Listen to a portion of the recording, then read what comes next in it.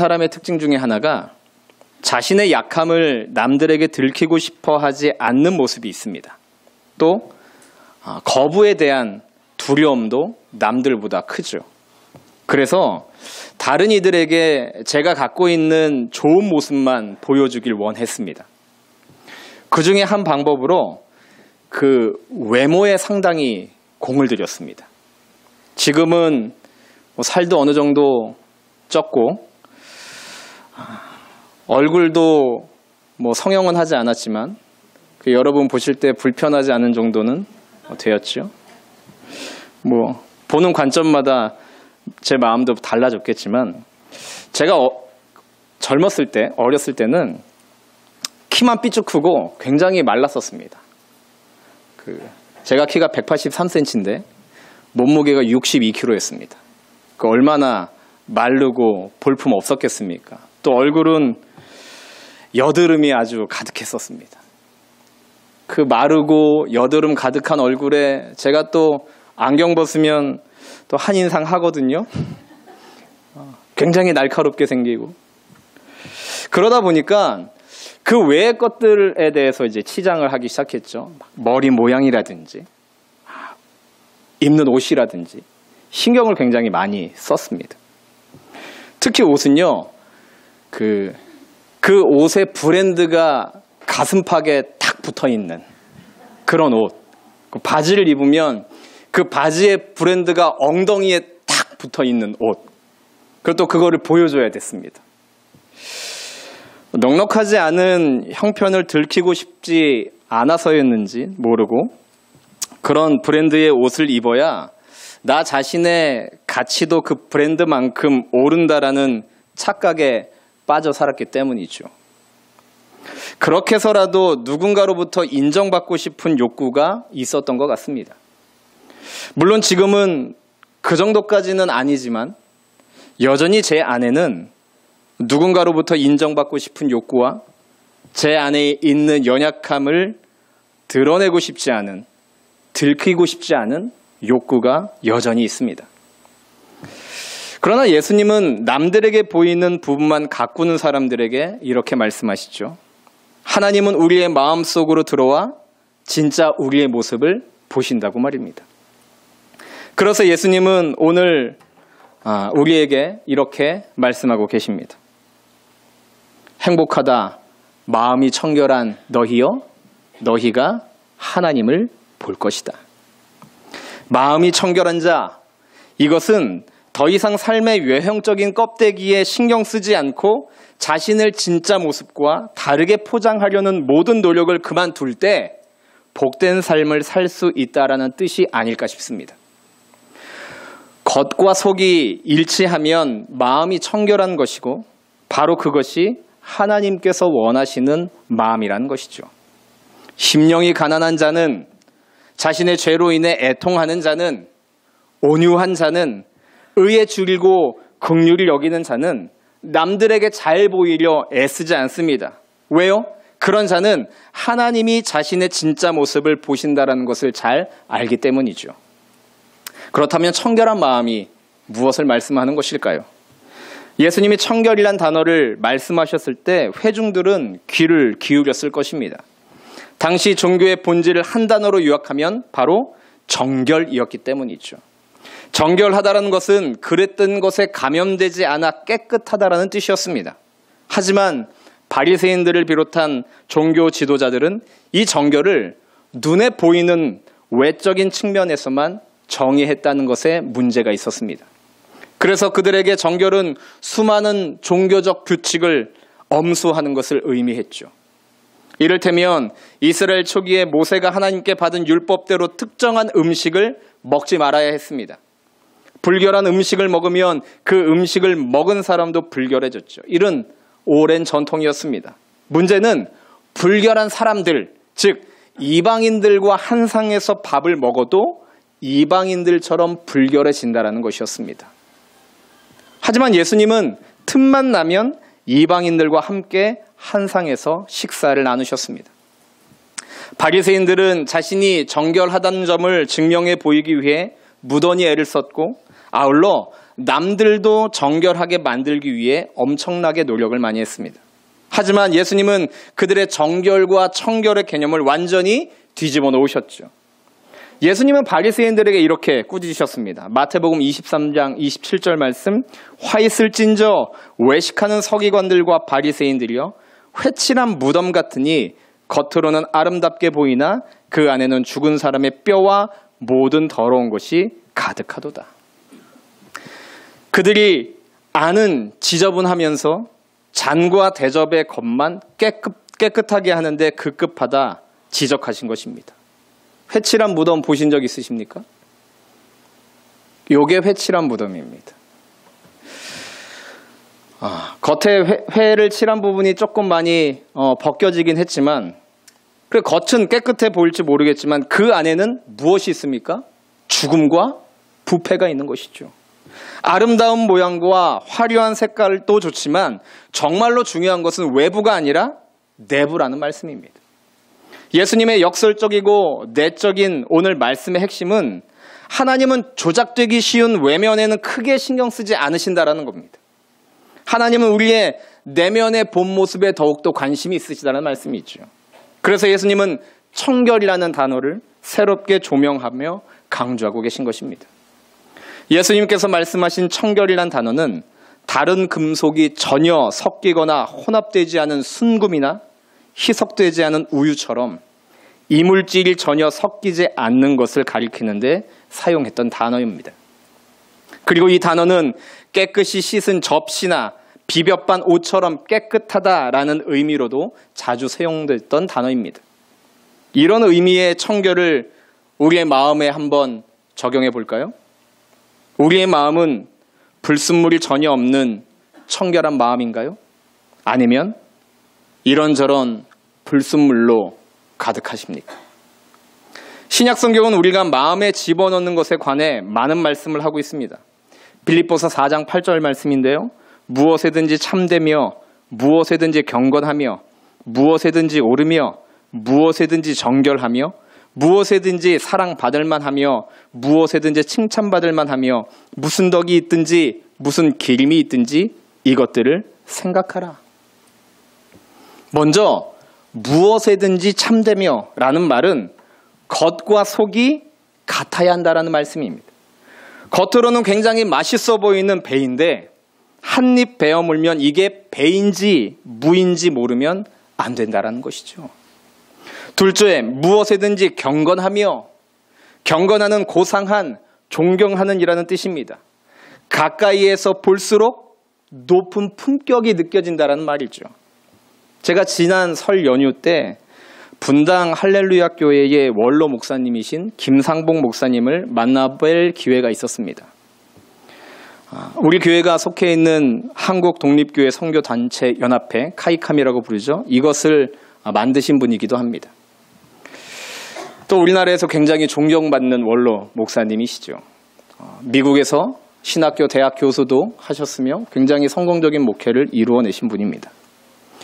이분을 처음 만나 뵀는데 함께하는 시간이 길어질수록 그분의 성품과 겸손함으로 인해 높은 품격이 느껴져 제가 매료가 되었습니다.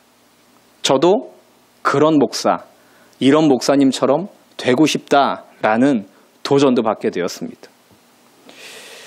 우리도 가까이서 볼수록 높은 품격이 느껴지는 그리스도인이 되어야 합니다. 가까이 할수록 멀리 하고 싶은 사람이 아니라 가까이 할수록 그 사람의 품격이 느껴지는 그리스도인. 셋째는 무엇에든지 옳으며, 옳다라는 것은 하나님과의 관계와 사람들과의 관계가 바른 것을 말합니다. 하나님과 바른 관계를 맺어가는 사람인지 아닌지는 주위 사람들과의 바른 관계로 증명되죠. 하나님과 바른 관계를 맺어가는 사람이 다른 사람들과 바르지 못한 관계를 맺어갈 리 없다라는 말씀입니다. 그 유명한 말씀이 있죠. 보이는 사람을 사랑하지 못하고 어떻게 보이지 않는 하나님을 사랑할 수 있단 말입니다.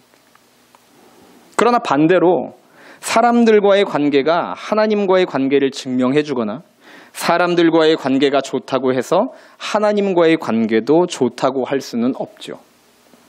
무엇이 더 이익이 되느냐보다 무엇이 더 옳으냐를 생각하고 옳음을 선택하는 사람은 의에 줄인 사람입니다. 넷째는 무엇에든지 정결하며, 정결하다는 것은 순결하다, 흠이 없다라는 의미입니다. 남편이나 아내가 배우자 앞에서 두 마음을 품지 않아야 하듯 그리스도인은 하나님 앞에서 두 마음을 품지 않는 사람들이어야 한다는 것이죠. 두 마음을 품는다는 것은 정결하지 않음을 의미하기 때문입니다. 다섯째, 무엇에든지 사랑받을 만하며, 사랑받을 만하다는 것은 매력적이다라는 의미입니다. 그리스도인들이 다른 사람들을 사랑하는 존재가 되는 것도 너무너무 중요하지만 사랑받을 만한 존재, 매력적인 존재가 되는 것도 매우 중요합니다. 이 말은요, 외모가 매력적이어야 한다는 말이 아니라 속사람이 아름다워 매력적인 사람을 말하는 것입니다. 여러분, 저 같은 사람을 뭐라고 하시는지 아십니까? 볼매. 볼매가 무슨 뜻인지 아십니까? 그렇죠. 볼수록 매력적인 사람. 제가 볼수록 매력적인 사람 아닙니까? 그렇죠. 한 사람. 제가 첫인상이 그리 좋은 편이 아니죠. 뭔가 굉장히 좀 차가워 보이고 정도 없을 것 같고, 근데 또 만나다 보면 막 그렇게 차갑지 않고 따뜻함이 있지 않습니까? 저 같은 사람을 볼매라고 합니다. 여러분도 저같이 볼매가 되어야 됩니다.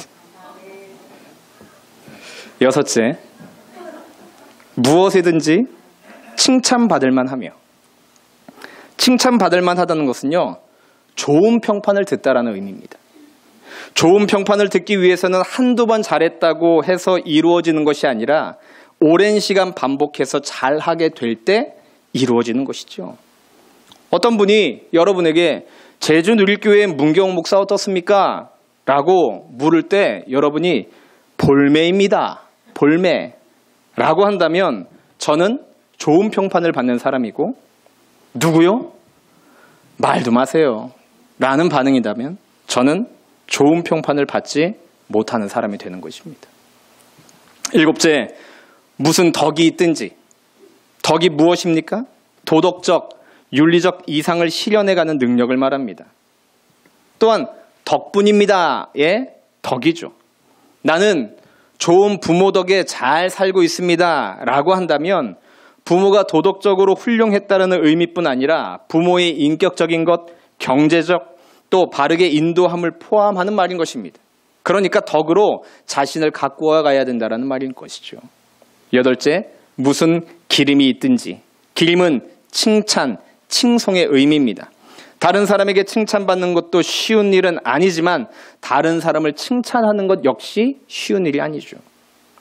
칭찬받는 사람도 되어야 되지만 칭찬을 하는 사람이 되어야 된다는 말씀입니다. 제가요, 볼매이긴 하지만 칭찬에 인색한 사람입니다.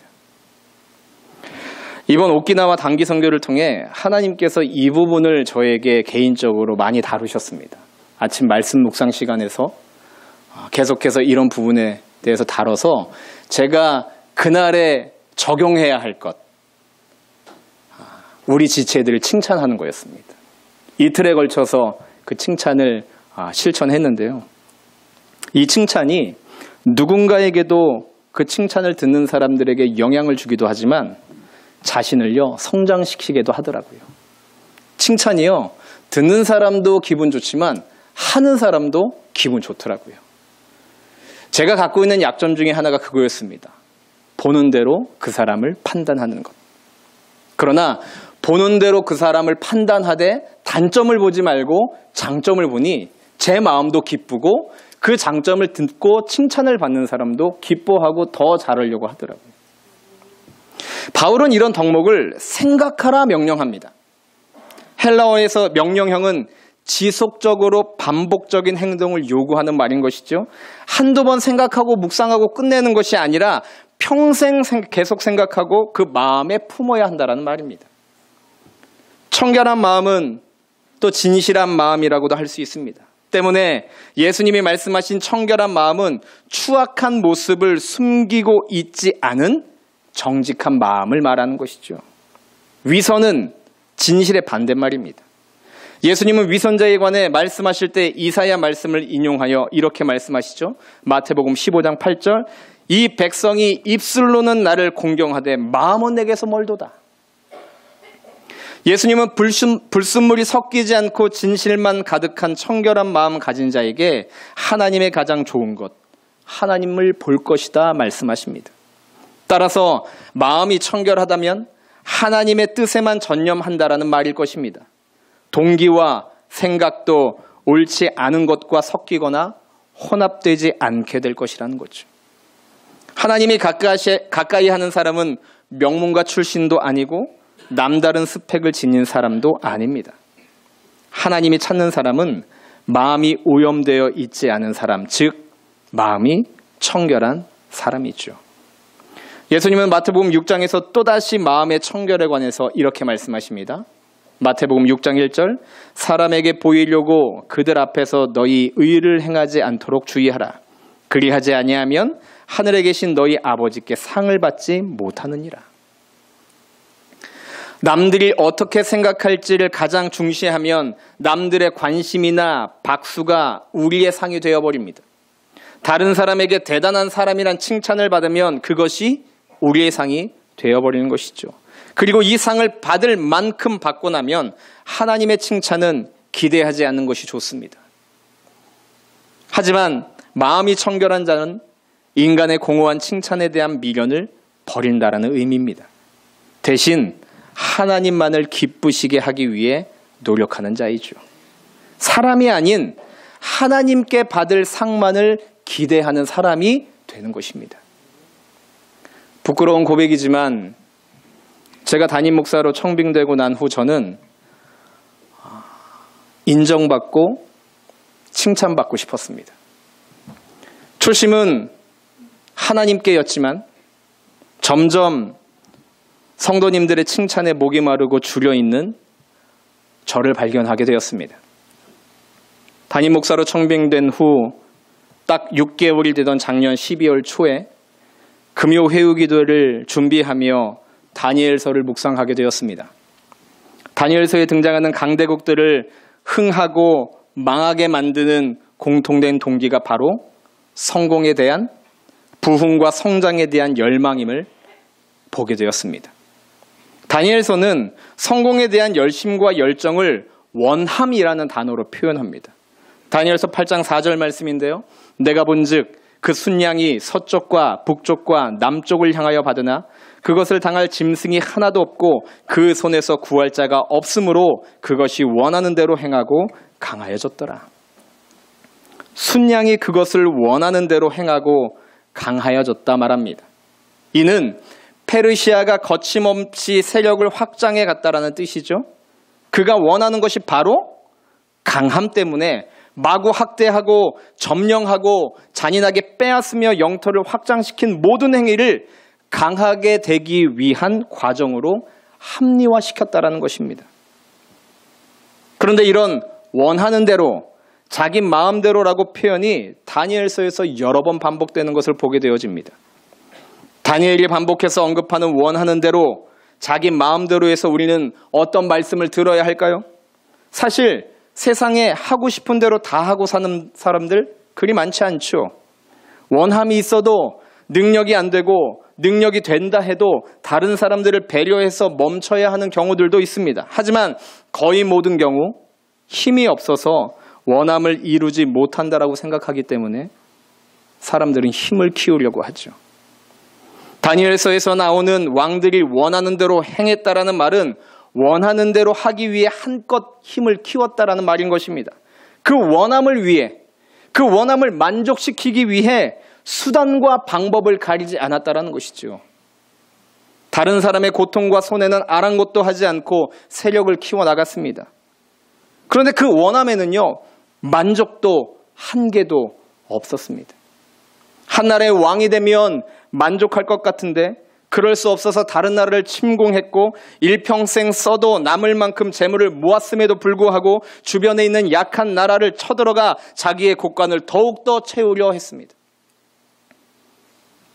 그런데 이 원함은 단순한 욕심의 문제가 아닙니다. 다니엘서를 통해 하나님께서 하고 싶으셨던 말씀은 단순히 욕심을 버리고 가진 것에 족한 줄 알라라는 이야기가 아닙니다. 다니엘이 지속적으로 드러내고 싶었던 것은 그 시대의 왕들이 욕심이 많은 사람들이었다는 것이 아니라 그들이 역사의 혹은 인생의 주인인 줄 알고 그랬다는 것이죠. 자기들이 역사의 주인이라 생각해서 모든 걸 자기 뜻대로 하고 싶었던 것이고 그렇게 자기 뜻대로 하기 위해 힘이 필요했다는 것입니다. 바벨론 왕이었던 느부갓네살은 광인이 되어 7년 동안 왕자에서 쫓겨났던 적이 있었습니다. 그는 정신이 다시 돌아와 왕위에 복귀한 다음 이렇게 고백을 하죠. 다니엘서 4장 35절 땅의 모든 사람들을 없는 것 같이 여기시며 하늘의 군대에게든지 땅의 사람에게든지 그는 자기 뜻대로 행하시나니 그의 손을 금하든지 혹시 이르기를 내가 무엇을 하느냐고 할 자가 아무도 없도다. 이 말씀은 이겁니다. 모든 것이 자기의 뜻대로 될 줄 알았는데 결국에는 하나님의 뜻대로 되더라. 하나님께서는 하나님의 뜻대로 역사를 주관하시는데 권세 잡은 자들은 그 하나님의 뜻을 거역해서 자기 뜻대로 자기의 원함대로 하려고 하는 것입니다. 이것이 문제였다라는 것이죠. 욕심의 배경에는요, 주권의 문제가 있습니다. 다니엘서를 묵상하며 힘은 없지만 저도 제게 주어진 상황과 여건에서 제 원함대로 하고 싶어 하는 저를 발견하게 되었습니다. 제가 원하는 것을 가지고 싶고 제가 원하는 대로 말하고 싶고 제가 원하는 대로 살고 싶어 하는 저를 보게 되었습니다. 제 감정과 욕망도 절제하지 못하는 저를 발견하게 되었습니다. 그 마음을 금요 회유 기도의 시간에 이렇게 나눴습니다. 제 감정과 욕망을 절제하는 것이 쉽지가 않습니다. 솔직히 목회도 제가 원하는 대로 하고 싶습니다. 저의 원함을 채우기 위해서는 그래서 힘이 필요하다 생각했습니다. 그 힘, 남을 이길 수 있는 힘, 남의 것을 빼앗을 수 있는 능력을 키우기 위해 열심히 공부도 하고 책도 보고 설교 준비도 정말 열심히 했습니다.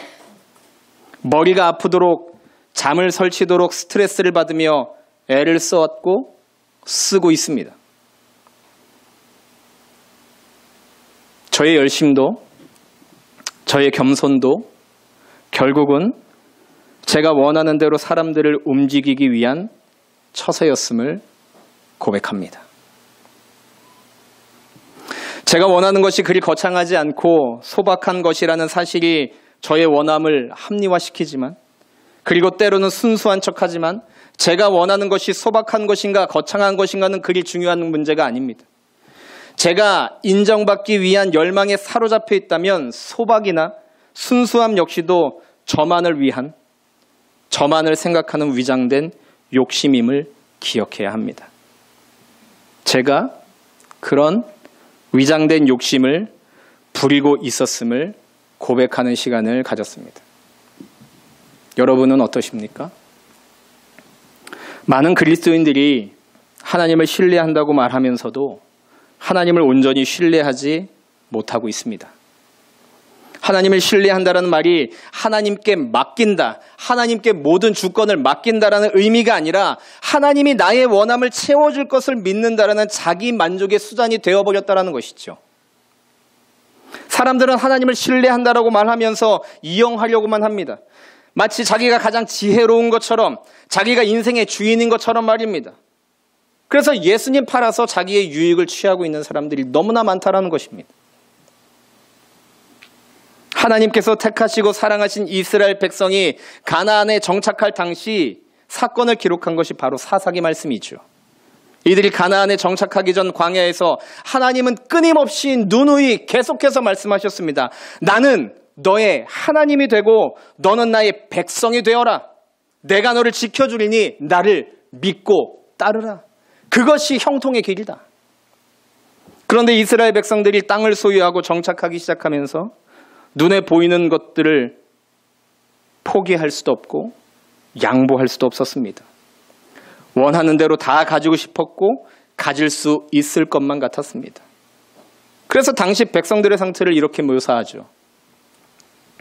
사사기 21장 25절 말씀, 그때에 이스라엘에 왕이 없으므로 사람이 각기 자기의 소견에 오른 대로 행하였더라.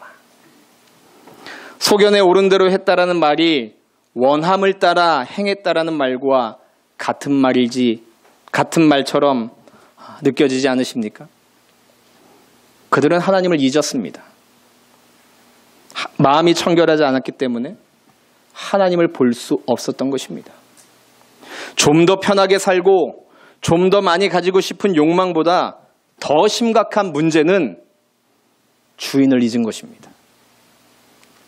청결한 마음이 아닌 이 욕심, 저 욕심, 욕망과 열정이 뒤섞여버린 마음이 되어 하나님을 보지 못하게 된 것이죠.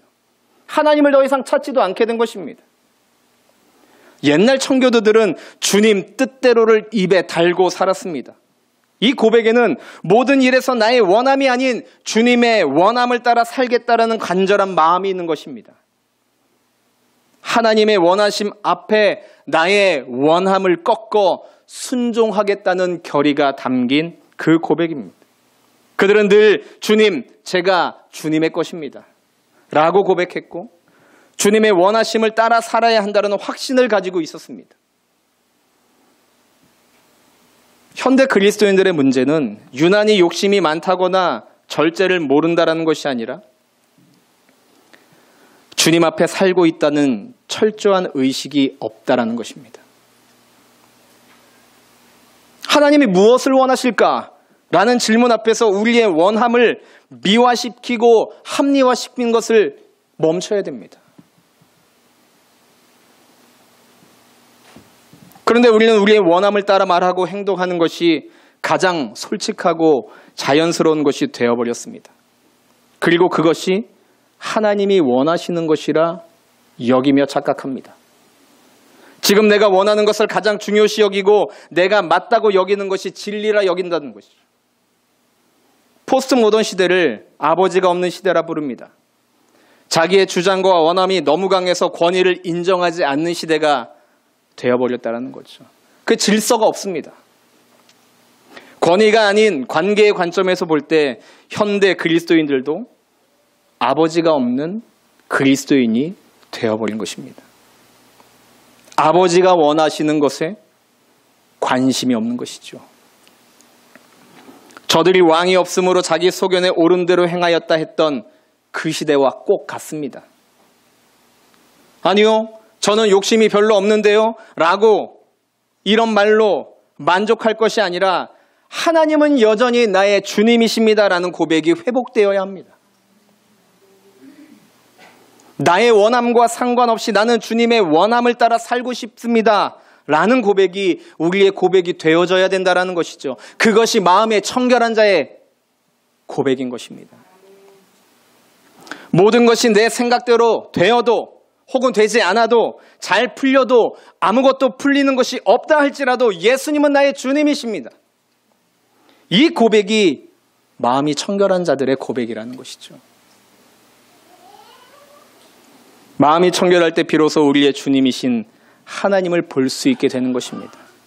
하나님께서 원하시는 것이 무엇인지를 깨닫게 되는 것이죠.